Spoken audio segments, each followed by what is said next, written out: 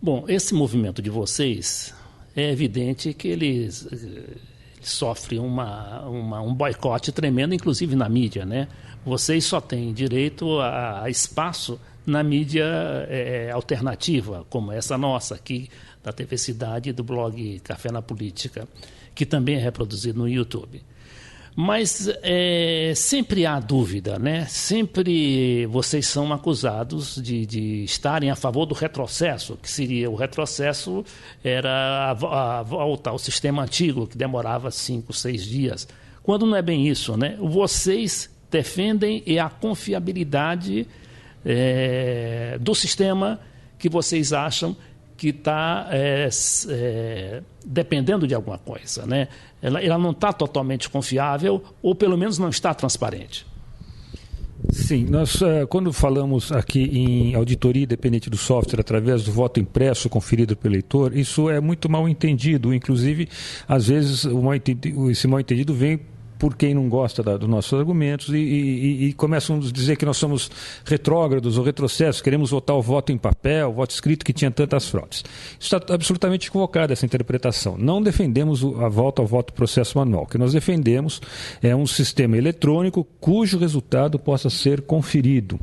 E conferido de uma maneira, dentro de um conceito que a gente chama o princípio da independência do software no processo eleitoral. O que é a independência do software? Significa o seguinte, é o programa de computador que está gravado nas urnas eletrônicas. O que a gente quer dizer é o seguinte, com esse nome de independência do software, é que a auditoria do resultado eleitoral não deve depender do software da urna, quer dizer, dele está funcionando corretamente, para dizer se o resultado está correto ou não. É só isso. E para isso é necessário que o voto seja gravado de uma maneira que seja também independente do programa da urna, ou seja, uma maneira materializada, em papel.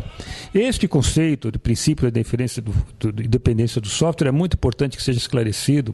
Foi criado em 2006 pela mesma pessoa que inventou a técnica da assinatura digital há 30 anos atrás. A Justiça Eleitoral diz que nós somos retrógrados, mas ela usa uma técnica de autenticação chamada assinatura digital, que foi inventada há 30 anos atrás, cujo inventor concluiu que não serve para garantir o voto eletrônico. E propôs em 2006, a mesma pessoa, o mesmo professor do MIT, propôs em 2006 esse conceito de dependência do software, da auditoria independente do software, através da materialização do voto. Ou seja, perante o mundo acadêmico, nós estamos 25 anos à frente do que o TSE está propondo.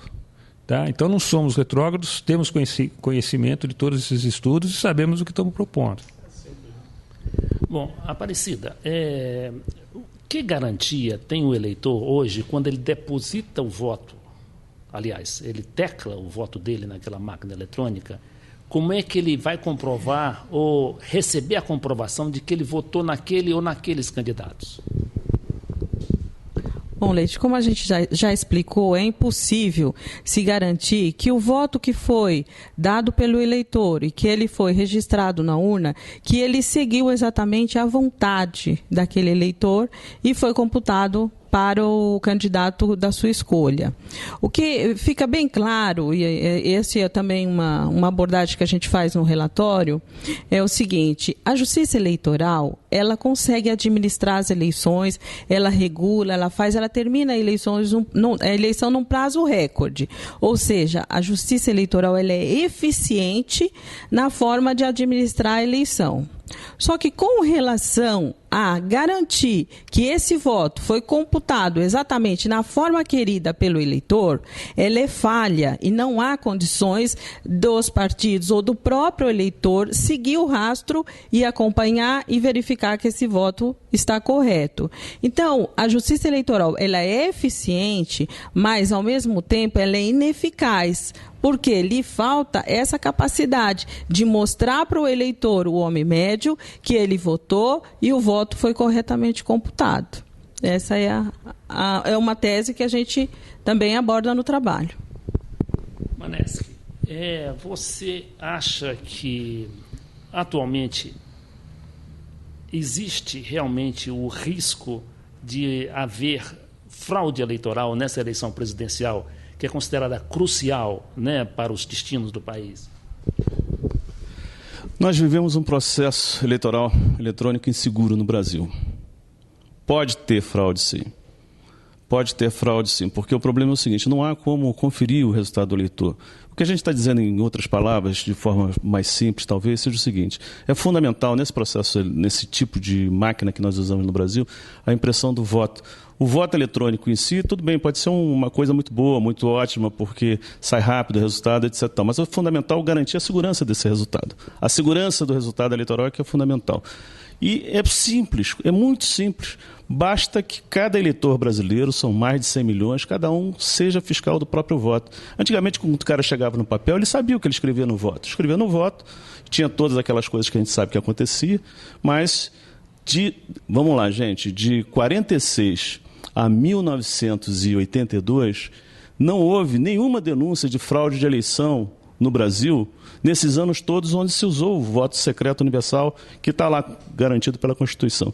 Nós sabemos da nossa história que antes, em eleições majoritárias, o amigo está lembrando bem, em votos majoritários para presidente, senador, governador, essas coisas todas.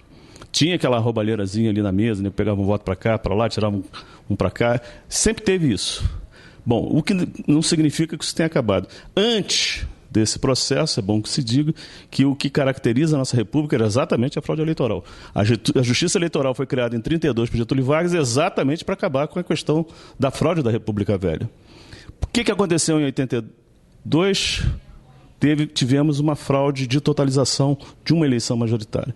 E é simples resolver isso. Nós estamos agora diante de uma eleição presidencial e é fundamental que haja garantia do resultado dessa eleição. E é tão simples. Eu digo para você, nós vamos para uma eleição que a gente não sabe muito bem como é que vai ser isso, não. Precisa tomar conta dos votos, precisa tomar conta de todo o processo eleitoral, porque o nosso sistema é falha. É falha na medida em que hoje nós temos um processo eleitoral onde só especialistas, pessoas altamente estudiosas, a Cida disse aqui, são quase 450 mil urnas em uso no país. Como é que você vai controlar isso? Como controlar isso? A maneira mais prática e segura é exatamente a impressão do voto, porque cada eleitor se torna fiscal do próprio voto. E esse voto não vai ser manipulado, vai ficar depositado numa urna, isolado, para que depois, em caso de dúvida em relação ao resultado, se confira aqueles votos em papel e se bata com o resultado eletrônico. E aí se tem, por amostragem, a conferência. Como foi agora na Venezuela. A Venezuela usou urnas eletrônicas, mas com voto conferido. Com possibilidade de auditoria do resultado. Nós, no Brasil, vamos para mais uma eleição majoritária. Aliás, desde 1996, quando foram introduzidas as urnas eletrônicas atuais em uso no país, aconteceu esse processo da gente não ter condições de fiscalizar o resultado final. A verdade eleitoral, meu amigo Leite, infelizmente, corre risco, sim, na próxima eleição entre Dilma e os demais candidatos, Serra, Marina, todos eles. A última pergunta vai para o Amilcar. Amilcar, por que os outros países, principalmente a maior potência do mundo, a grande potência tecnológica, que é os Estados Unidos, ainda não adotaram o voto, a urna eletrônica? Essa é uma informação um pouco equivocada, Leite. A urna eletrônica é usada em muitos países. Nos Estados Unidos, na última eleição, 39 estados usaram o sistema eletrônico de votação, 39 dos 50. A diferença é que nesses estados eram sistemas que permitiam auditoria. Existem dois sistemas, que é a urna eletrônica que imprime o voto, que nós estamos defendendo aqui. Existe um outro sistema, que é o eleitor vota na mão e põe num scanner, numa digitalizadora, que lê o voto e mostra para ele confirmar. São dois sistemas diferentes. Nos Estados Unidos e na Rússia, por exemplo, em 2008, foi usado esse sistema de scanner. Então, muitos países já usam voto eletrônico. A Venezuela já usa voto eletrônico com o voto impresso, conferido pelo eleitor, desde 2004. Muitos países usam, alguns ainda estão testando. A Holanda usava um voto com o sistema como o brasileiro, foi proibido, não é mais permitido. Na Alemanha foi decidido que eles só vão poder usar um sistema com auditoria. Então se usa muito sim por aí. É o Brasil que está ficando para trás. Nós entrevistamos hoje o movimento que questiona a confiabilidade da urna eletrônica brasileira.